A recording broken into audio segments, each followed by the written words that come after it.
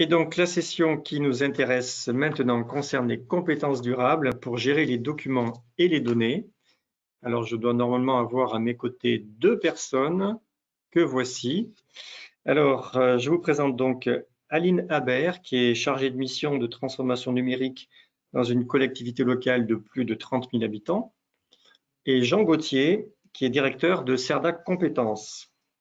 Alors ici, place à l'humain maintenant. On a beaucoup parlé de gouvernance de l'information sous l'angle de la nouvelle norme, sous l'angle à la fois d'outils et de concepts, digital workplace, knowledge management, et aussi capture et accès. Mais les premiers usagers, si possible bénéficiaires, ce sont les collaborateurs. Et les collaborateurs doivent faire face à d'importants changements. Et comment peut-on les aider justement à faire face à ce changement? Donc c'est ce que vont nous décrire Aline et Jean. Je vais permettre un partage d'écran aussi pour vous. C'est Aline qui prend la main. Tu prends la main, Aline, sur le partage d'écran ou Jean? On t'entend pas, Aline. Jean? Ouais, Jean, on t'entend. tu veux que je prenne la main sur le téléphone, d'accord? Oui. C'est parti.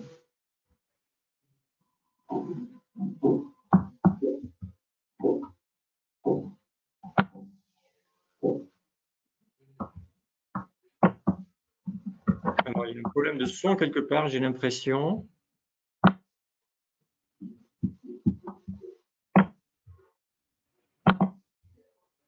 Alors, on va récupérer la ligne. Oui. Jean, on t'entend très très mal.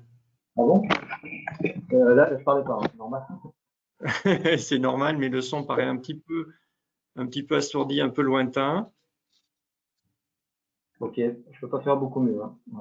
D'accord. Aline, je sais toujours pas si on t'entend. Non, un problème de son du côté d'Aline. Alors, j'espère que tu vas pouvoir résoudre ça.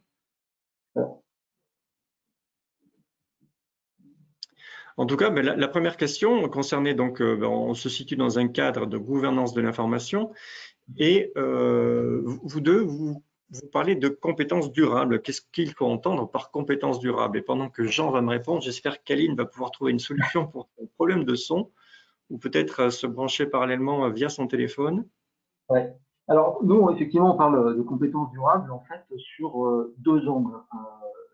Quand on parle de durable pour une compétence, on va penser à une compétence pérenne, c'est-à-dire qui est mobilisable dans le temps, qui est réutilisable ou adaptable. En tout cas, une fois qu'elle est acquise, on peut la repositionner et les collaborateurs vont pouvoir étoffer en fait leur capacité professionnelle et progresser dans leur environnement, mais aussi être au service des stratégies d'entreprise. Donc là, on parle de gouvernance.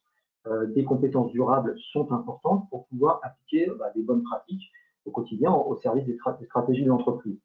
Ça, c'est une première chose. Donc, on va retrouver des compétences purement de savoir-faire, hein, mais aussi de savoir-être. C'est-à-dire que savoir communiquer, avoir une meilleure écoute, etc. On parle de hard skills et de soft skills qui souvent se combinent en fait. Hein, on va mobiliser en fait des compétences opérationnelles et très souvent en y appliquant des compétences aussi plus de comportementales hein, qui permettent d'être encore plus en phase en fait avec son métier.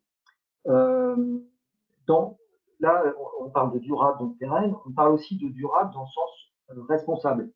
Et ça, c'est un engagement important pour nous chez CERDA. C'est non seulement avoir des compétences opérationnelles qui permettent d'appliquer au quotidien des pratiques métiers, hein, mais c'est aussi penser à mon impact en fait au quotidien et l'impact de ma structure sur l'environnement.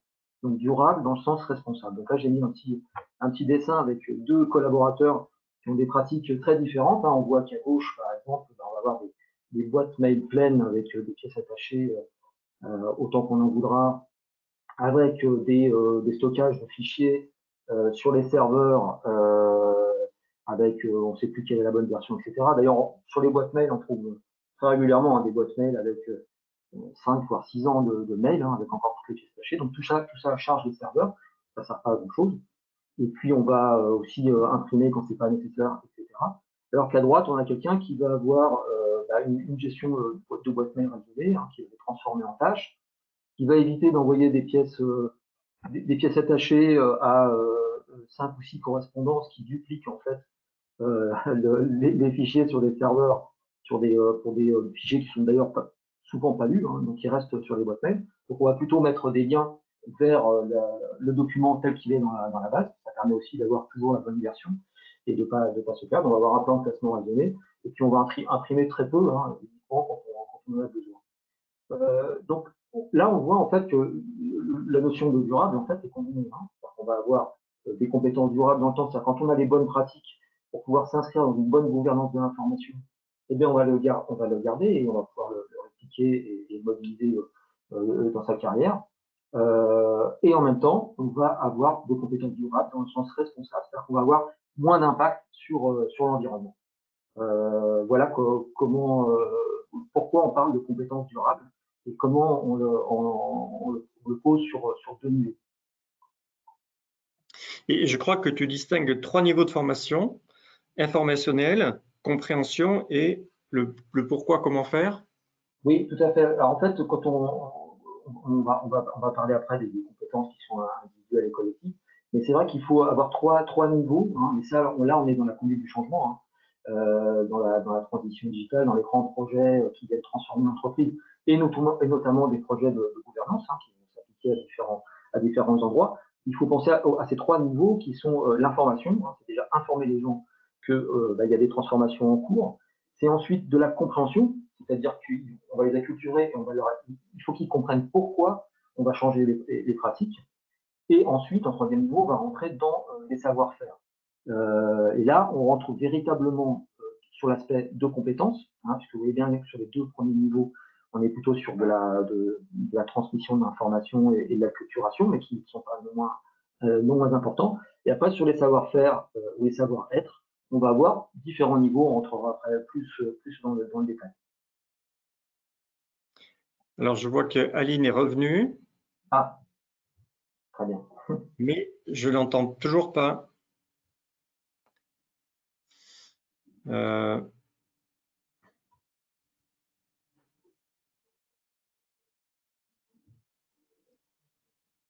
Et ça tombe mal parce que j'avais vraiment une question pour elle tout de suite. Là. Alors qu'on a peut-être juste après alors. Bon, je continue, elle va nous rejoindre.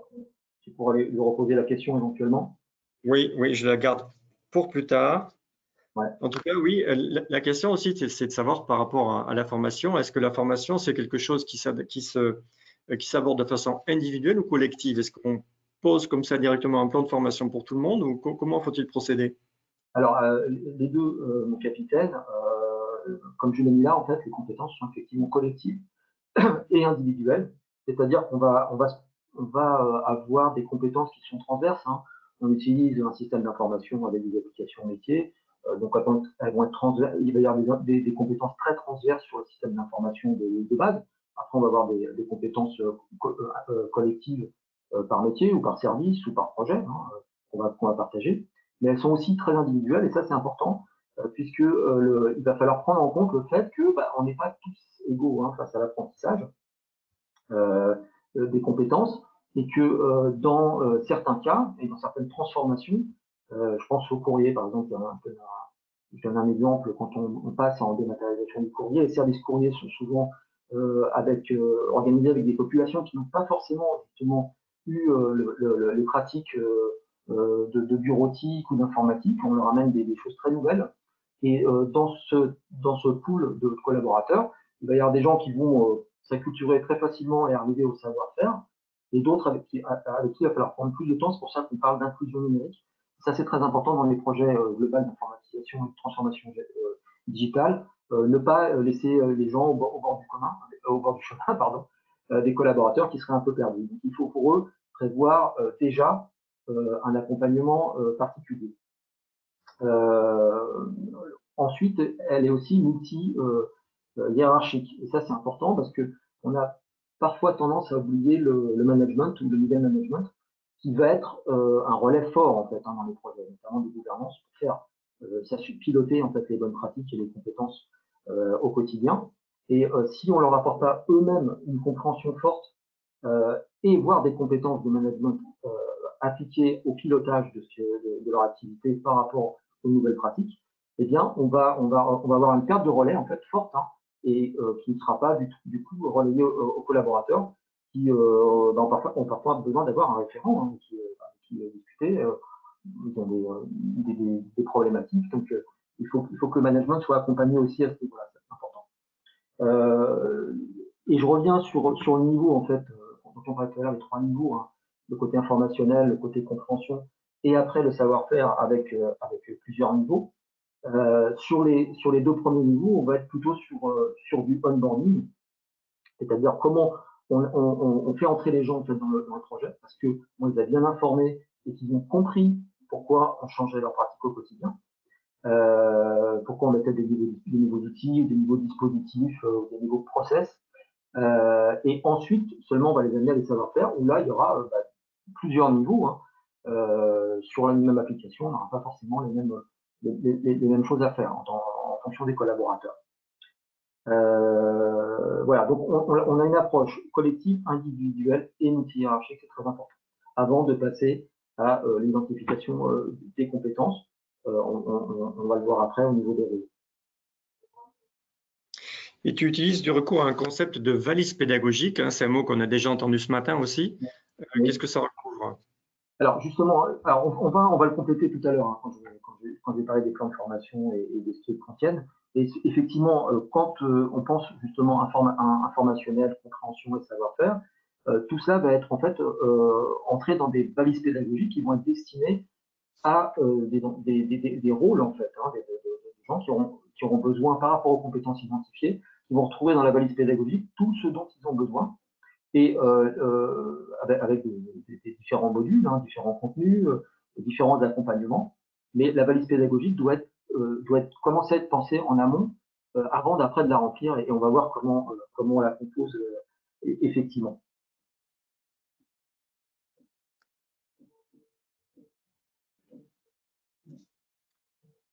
Alors, je cherche désespérément le visage d'Aline qui ne revient pas encore.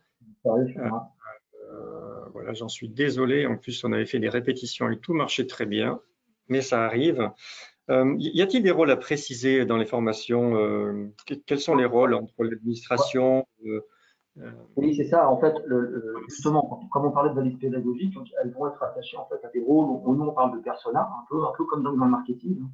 C'est identifier en fait les collaborateurs par rapport au rôle qu'ils auront dans les projets ou comment ils vont être impactés dans le cadre de la transformation. Et donc, on va identifier chaque rôle, chaque persona, en déclinant derrière effectivement qu'est-ce qu'ils auront à faire et on va commencer à amorcer l'identification de compétences. Ça, c'est très important. Ce qui fait que par rapport à un persona particulier, on va commencer à décliner les objectifs, comment il est impacté et du coup, comment on va pouvoir l'accompagner. Et ça, c'est les premières briques pour pouvoir parler de formation et de compétences. Alors, on peut aussi parler, par exemple, dans les pédagogiques ou dans les différents niveaux. Si je donne un exemple, hein, si on installe un nouvel outil métier, on va souvent avoir des utilisateurs, des super utilisateurs, des administrateurs fonctionnels et des administrateurs techniques. Et chaque persona, hein, parce que là c'est même une subdivision de personnages, on va voir les utilisateurs et ensuite les différentes façons d'utiliser l'outil. Dans chaque valise pédagogique, il y aura les différents niveaux pour chacun, pour les amener en fait à avoir les compétences nécessaires, soit pour être simple utilisateur, avoir des bonnes pratiques d'utilisation, soit pour avoir un peu plus de paramétrage en tant que super user, soit administrateur fonctionnel où là on peut faire du paramétrage plus poussé en back-office, soit administrateur technique où là on rentre sur l'administration pure de l'outil. Donc les niveaux de formation ne seront évidemment pas les mêmes, et dans les valises pédagogiques, il n'y aura tout simplement pas les mêmes contenus. Voilà. Donc c'est bien l'identifier au départ pour éviter en fait, de partir un peu dans tous les sens. Et un persona est une personne type, hein, Oui. un rôle type quelque part. Comment, moi, individu dans l'entreprise, je me rattache à tel ou tel persona? Pourquoi cette persona plutôt que tel autre? En fait, ça va être par rapport à l'objectif métier, la stratégie de l'entreprise et le projet de transformation ou le projet de gouvernance qui va s'appliquer à ces différents acteurs. Donc, on va justement définir les rôles, quels rôles ils auront dans ce projet ou dans ce déploiement de nouvelles applis. Et c'est là qu'on va pouvoir savoir à qui on va adresser quel type de contenu, ou du moins comment on va les accompagner. On va commencer à formaliser l'idée d'accompagnement. Est-ce que vous m'entendez là? Ah, Oui, voilà. ça y est, Aline, donc le retour parmi Je suis nous. navrée. Je devrais faire des formations en GoToWebinar puisque voilà, les compétences durables ne sont pas durables. J'ai déjà tout oublié en 6 mois. Bref, Voilà. je voulais rajouter par rapport à ce que Jean disait, par rapport à comment déterminer les rôles par rapport aux valises pédagogiques. Il y a la notion aussi de fiche de poste. Peut-être que Jean, tu en as parlé, je m'en excuse. Voilà, ça permet aussi de déterminer les différents rôles et les personas qu'on peut avoir pour préparer les valises pédagogiques en fonction de la fiche de poste, de son service, des outils qu'on va utiliser dans son service, dans sa direction, dans son quotidien. On va pouvoir identifier, toi, dans ta direction, dans ton service, pour tel outil, tu vas être tel rôle, tu vas être administrateur fonctionnel. Par contre, pour tel autre pour un parapheur électronique, tu vas être signataire. Pour une GED, tu vas être administrateur fonctionnel parce que c'est toi qui vas t'occuper des plans de classement, etc., etc. On va pouvoir le décliner en fonction des outils et de son quotidien. Très bien. Alors, il y a une question que je reprends, qui était prévue en amont, voilà, qui n'a pas pu être posée parce que tu n'étais pas là, pas encore. Si j'étais là physiquement, mais pas, mais pas en son. Donc, on a parlé de niveau de formation et de différents types de compétences, de formation. Et il y avait aussi la question du vrac numérique qui se greffe là-dessus, avec est-ce que la gestion, la confrontation des vracs numériques fait appel à des compétences spécifiques? Comment ça se passe? Eh ben, oui, il y a même une formation chez Sarda Compétences pour traiter du vrac numérique. L'objectif, effectivement, c'est pour avoir une bonne gouvernance de l'information, il faut stopper tous ces vracs numériques et il faut acquérir des bonnes pratiques du quotidien pour éviter ces vracs numériques, que ce soit au niveau mise en place de plans de classement, identification des types de documents, identification du bon gisement d'informations.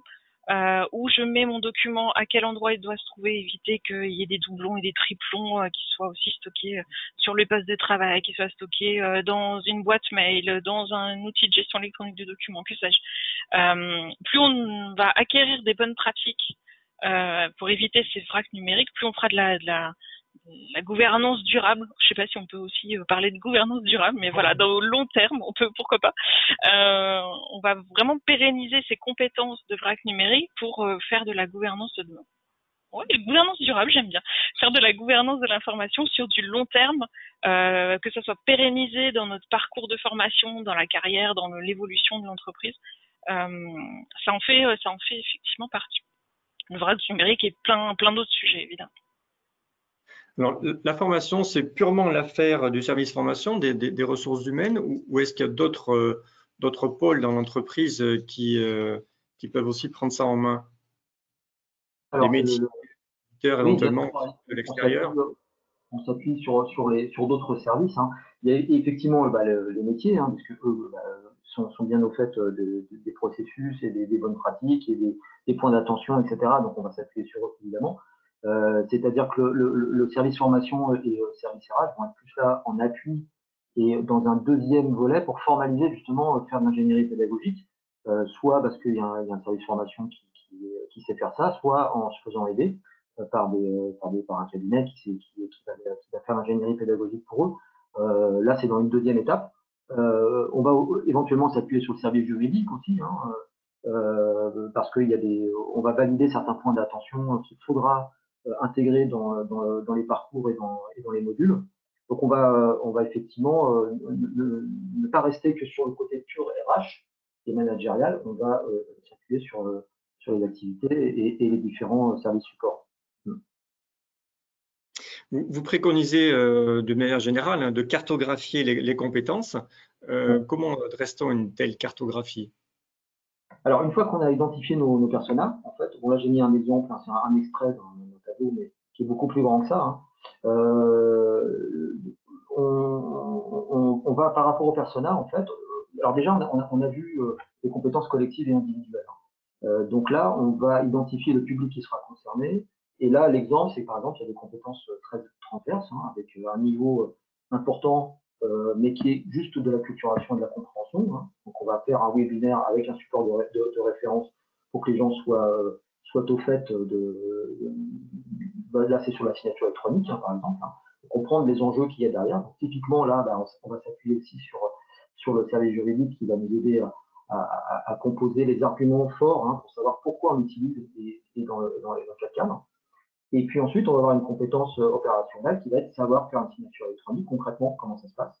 Donc là, c'est une compétence pure, hein, mais qui est transverse, puisqu'on va avoir un niveau de signature pour tout le monde. Après, on aura un tableau, il y aura peut-être des niveaux de signature plus avancés qui seront destinés justement à un personnel particulier. Par exemple, il y a un directeur général, par exemple, qui aura un niveau de signature plus fort ou qui aura besoin de signer différemment. Bon, bref, il aura lui aussi un contenu qui sera dédié à ça. Donc, le fait de cartographier tout ça, parce que là, on a la signature, mais dans un gros projet, on va retrouver, je sais pas moi, l'utilisation de la GED, de la numérisation, l'utilisation d'un coffre-fort numérique, toutes les pratiques qui peuvent être sur des outils métiers qui sont installés. Donc, le fait de faire ce repérage et cette cartographie nous permet d'avoir une vision globale de toutes les compétences qu'il va falloir acquérir, et en plus d'avoir une segmentation en sachant si elles sont transverses, collectives ou individuelles. Et ça, c'est très puissant, parce que avant de passer à la construction effective en fait des contenus de formation, il faut avoir une bonne vision avec des objectifs qui soient bien définis pour pouvoir ensuite bâtir en fonction du public et en fonction de l'objectif visé les contenus qui devront être ad hoc et qu'on va retrouver dans nos valises pédagogiques dont on parlait tout à l'heure. Qu'il est possible aussi de faire, mais c'est pas obligatoire parce que ça demande beaucoup d'investissement, c'est de mettre en place, par exemple, des questionnaires pour identifier la maturité des agents, des salariés, en mettant en place des questionnaires sous forme de quiz, sous forme de jeu aussi, hein, pourquoi pas, ça peut être sous forme de jeu, pour identifier, pour savoir de quoi on part, quels sont les différents niveaux. Est-ce qu'on part d'un niveau élevé, plus ou moins élevé? Est-ce que des gens ont déjà de l'appétence au niveau du numérique, ont déjà connaissance de comment utiliser une GED, comment utiliser du VRAC, comment faire face à du VRAC numérique, comment utiliser de la signature, etc. Donc de commencer par cette identification de la maturité, ça donne aussi on sait de quoi on part. Voilà, on a déjà une première connaissance du public qui va être concerné, et on va vraiment pouvoir cibler dans les plans de formation qu'a évoqué Jean, et dans les valises pédagogiques, vraiment pouvoir combler aussi les manques, parce que c'est ça aussi qui va remonter de ces questionnaires de maturité, c'est les manques, de quoi ont besoin les collaborateurs en termes d'accompagnement, en termes de formation, et on va pouvoir compléter ces manques à travers ce plan de formation. Donc c'est plutôt intéressant à mettre en place. Comme je disais, voilà, ça peut demander de l'investissement, ça peut demander de l'accompagnement, mais c'est quand même très formateur en général.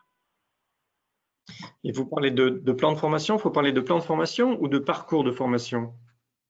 Alors les parcours sont dans le plan de formation. En fait. C'est une subdivision. Certains vont suivre des parcours, d'autres non, auront juste besoin d'un module dans le plan de formation. Donc en fait, un parcours, c'est un dispositif particulier qu'on va mettre en place parce qu'on en a besoin. Par exemple, pour les nouveaux arrivants, ce qui est de bon ton, c'est de faire un passeport d'intégration avec un parcours par lesquels on va les faire passer par ce qu'ils doivent savoir, là, au niveau information.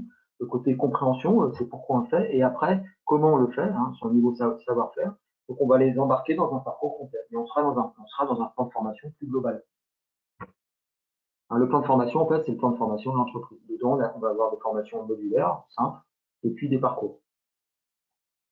Avec la définition. Et on va avoir des... Oui, pardon, Aline.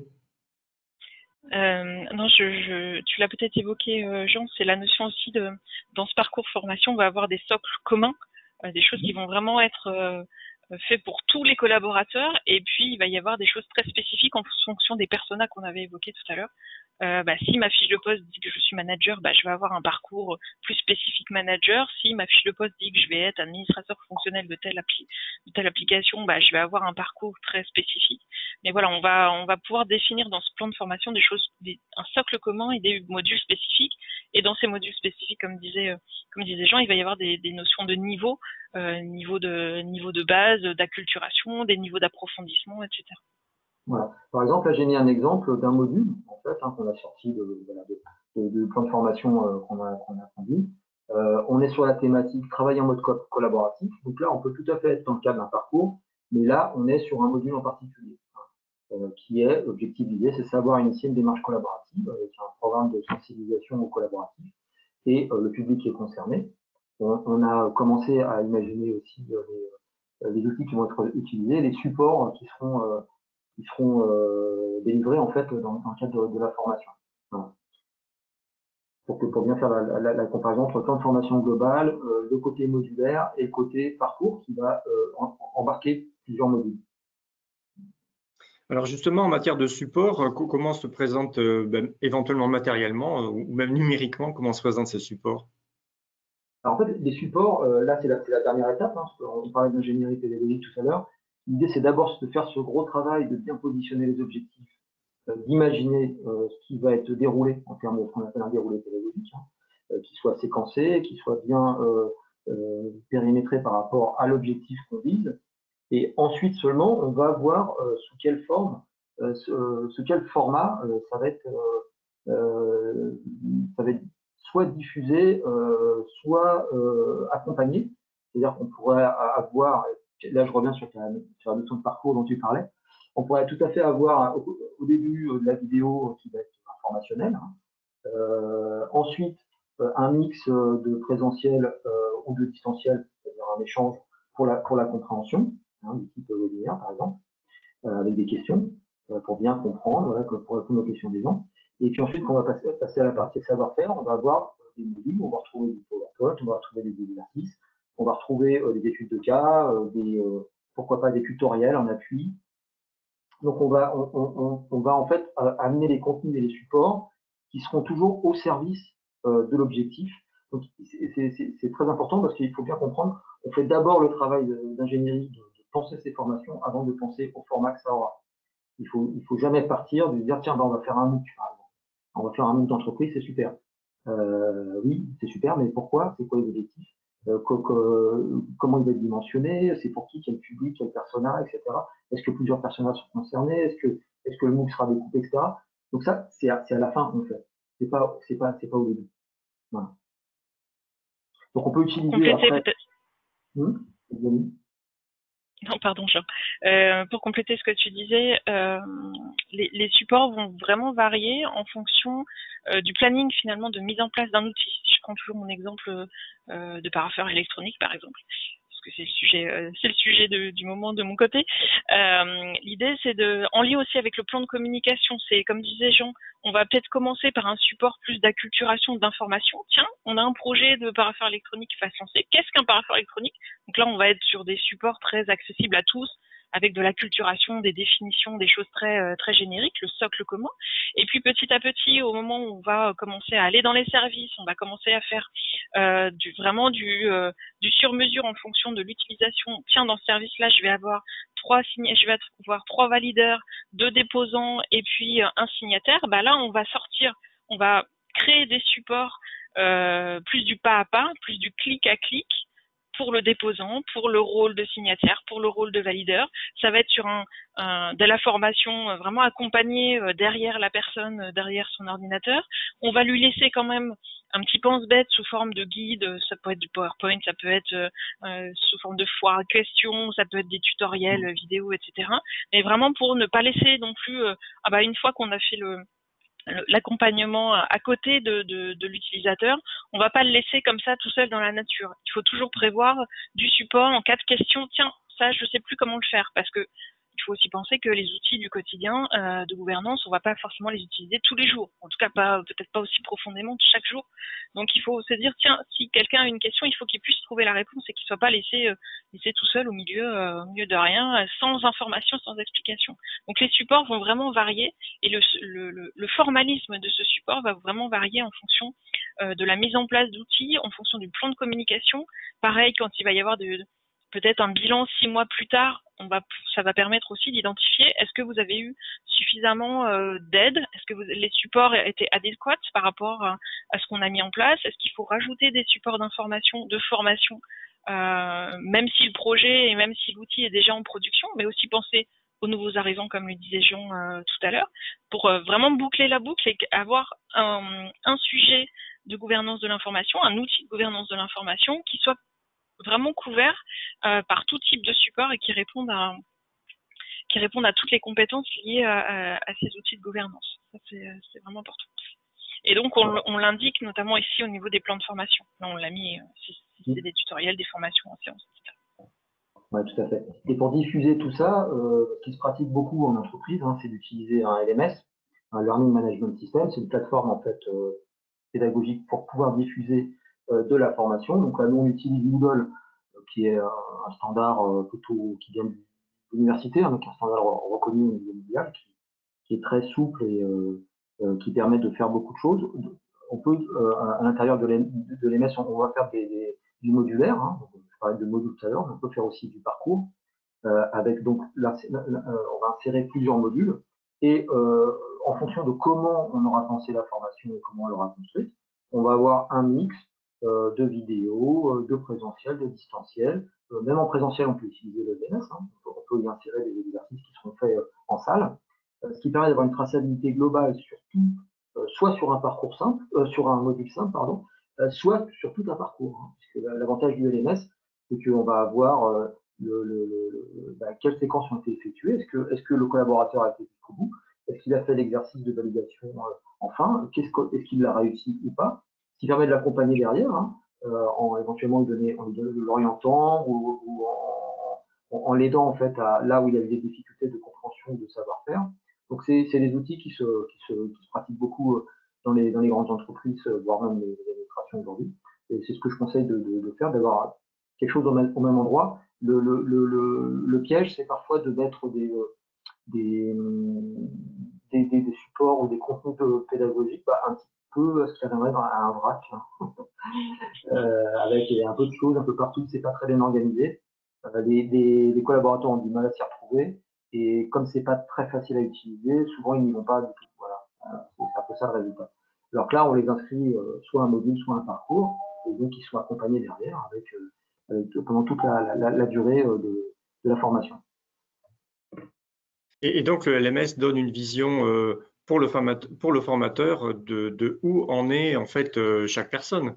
Mais inversement, chaque personne arrive à voir avec le LMS le parcours effectué, ce qui reste à faire, Oui. le niveau de compétence atteint. Oui, tout à fait. En fait, tu vois, il y a un séquencement à gauche, là, donc l'apprenant voit exactement où il en est dans les séquences. On peut tout à fait ne faire apparaître les séquences à venir que quand il a terminé une séquence qu'il doit faire. Et ensuite, il peut revenir éventuellement sur une séquence si on le lui autorise à revenir dessus. D'ailleurs, certains exercices peuvent lui dire en fait que s'il a pas bien réussi, on va lui envoyer un message en disant voilà, on te conseille de revoir telle et telle séquence pour t'approprier les choses. Donc c'est c'est vraiment très puissant au niveau pédagogique. On peut et l'apprenant sait où il en est, le service formation aussi, et éventuellement le management aussi. Peut avoir un droit de regard. Après, tout ça est paramétrable en fonction des droits de visualisation, de tracking, etc. C'est très très très souple. Très bien. Aline, un mot ajouté sur ce point-là? Pas forcément. Il y a Jean donc montré l'exemple du LMS. Il y a des possibilités d'avoir des choses plus, mais on en reparlera peut-être plus tard. Des choses de type tout simplement ceux qui ont moins de moyens ne peuvent pas acquérir du LMS. Des choses l'intranet où il y a des outils externes un peu sur étagère qui existent pour la mise en place. Et je pense notamment à un petit nom, mais ça m'a échappé. Je réfléchis et ça va me revenir juste après. Et effectivement, il y a des Oui. outils de type Digital Workplace qui ont des petits modules en fait pour mettre des modules d'apprentissage, mais qui ne sont pas aussi poussés qu'un LMS à mon goût. Après, ça peut suffire dans le cadre par exemple, si on extrait un plan de formation pour un projet, par exemple, ça peut tout à fait suffire. Et si on est sur un plan de gouvernance, d'information un peu globale pour l'entreprise, moi, je conseille plutôt d'aller sur une plateforme dédiée comme un LMS, quoi. Très bien, le temps passe. Je regarde du côté des questions. Est-ce que les personnes qui nous regardent ont posé des questions? Alors, il y a une question qui concerne le secteur public, secteur privé. Est-ce que tout ça, tout ce dispositif, est-ce qu'il est valable à 100% autant pour le public que pour le privé? Alors pour moi, oui, complètement. C'est la même méthodologie, c'est-à-dire identification des personas,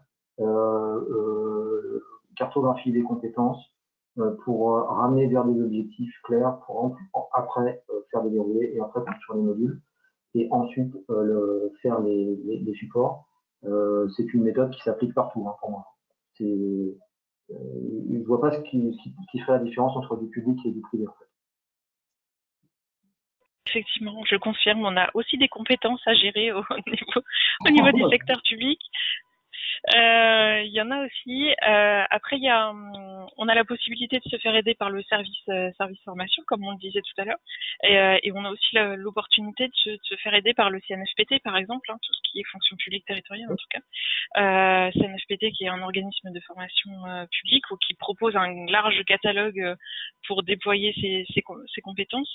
J'ai retrouvé le nom du petit outil qui permet aussi de faire des parcours formation. C'est PIX. PIX Territoire en plus va être lancé plus particulièrement à destination des collectivités. Il y a PIX Territoire qui va bientôt être lancé le 21 juin prochain et qui va permettre justement de, vous vous rappelez, je vous ai parlé tout à l'heure de questionnaires de maturité, de donner de l'autonomie aussi et d'identifier les compétences déjà acquises ou manquantes de la part d'un collaborateur. PIX Territoire permet de monter ces plans de formation et notamment tout ce qui concerne l'inclusion numérique. On peut être capable d'envoyer des messages dans WhatsApp sans problème, mais par contre, pour pouvoir utiliser un parapheur ou une JET, on est peut-être un petit peu moins à l'aise. Donc voilà, l'idée c'est d'identifier ces compétences acquises et les compétences manquantes pour pouvoir monter les plans de formation. Et ce petit outil PIX Territoire précisément donc pour tout ce qui est collectivité, et vraiment un plus au niveau PIX Territoire, donc il est plus collectivité locale, donc secteur public, c'est pour ça que j'en parle par rapport au privé. Mais il me semble que PIX tout court, on peut l'utiliser aussi dans le privé, il me semble. Donc ça c'est plutôt intéressant, mais secteur public, secteur privé, même combat. Très bien. Alors peut-être une dernière question. Entre le moment où on identifie qu'on a un besoin de formation et le moment où on peut commencer à former les personnes, il se passe combien de temps? Est-ce que c'est un processus long ou très durable? Ça dépend de dimensionnement du besoin, évidemment. Mais dans le cadre de projets qui transforment beaucoup l'entreprise, c'est un projet de longue haleine. Je dirais que sur des projets relativement simples, on est à 6 mois avant de commencer à produire effectivement les premiers contenus, les premiers parcours. Ça peut aller jusqu'à 12-18 mois pour des multiples parcours avec des compétences, des modules transverses, des modules individuels, et pour pouvoir prévoir le tout dans un plan de formation, un plan de formation global, ça peut aller jusqu'à 18 mois. Sans problème. Après, tout dépend de l'effort qu'on va mettre sur l'ingénierie pédagogique aussi. Et qui on a sous la main, est-ce qu'on a les ressources en interne pour produire des contenus? Ou est-ce qu'on se fait aider? Et l'idéal, la production de contenu, c'est quand même un gros boulot. Oui. Aline, l'idéal, ce serait de faire aussi. Je voulais juste dire que l'idéal, ce serait aussi de faire de l'amélioration continue, comme on disait tout à l'heure. d'avoir un premier lot, d'avoir une première valise pédagogique qu'on va déployer, et puis comme je disais tout à l'heure, de faire des bilans à 6 mois, 1 an, de regarder si les supports de formation, les tutoriels et autres qu'on a mis en place, les valises pédagogiques sont toujours d'actualité, correspondent toujours bien au poste, parce que les fiches de poste évoluent, les missions évoluent, que ce soit d'une organisation publique ou privée, les missions peuvent bouger, et les personnes peuvent changer aussi. Donc de l'amélioration continue, plus on a voilà ce regard et cette prise de recul, cette vision drone, petit clin d'œil à Pierre que je salue, plus on prend de la hauteur pour voir, voilà, pour regarder tous ces supports pédagogiques, voir s'ils sont vraiment alignés avec le besoin. Je pense que c'est un des points essentiels, si on peut le mettre en place. Si on n'a jamais donné de très gros plans de formation, soit on se fait accompagner par des gens qui savent faire, soit on démarre plus petit. Effectivement, en faisant un premier parcours, un premier persona, on va déjà le voir pour faire des tests, et après pouvoir dupliquer une fois qu'on aura la méthode. Partir sur un très très gros plan de formation, c'est beaucoup de travail, et il y a un chat qui vient nous faire coucou. Il y a aller. Très bien. Des compétences durables de repos. Très bien. Écoutez, merci beaucoup pour vos interventions. Merci Aline, merci Jean. Donc cette session se termine. Nous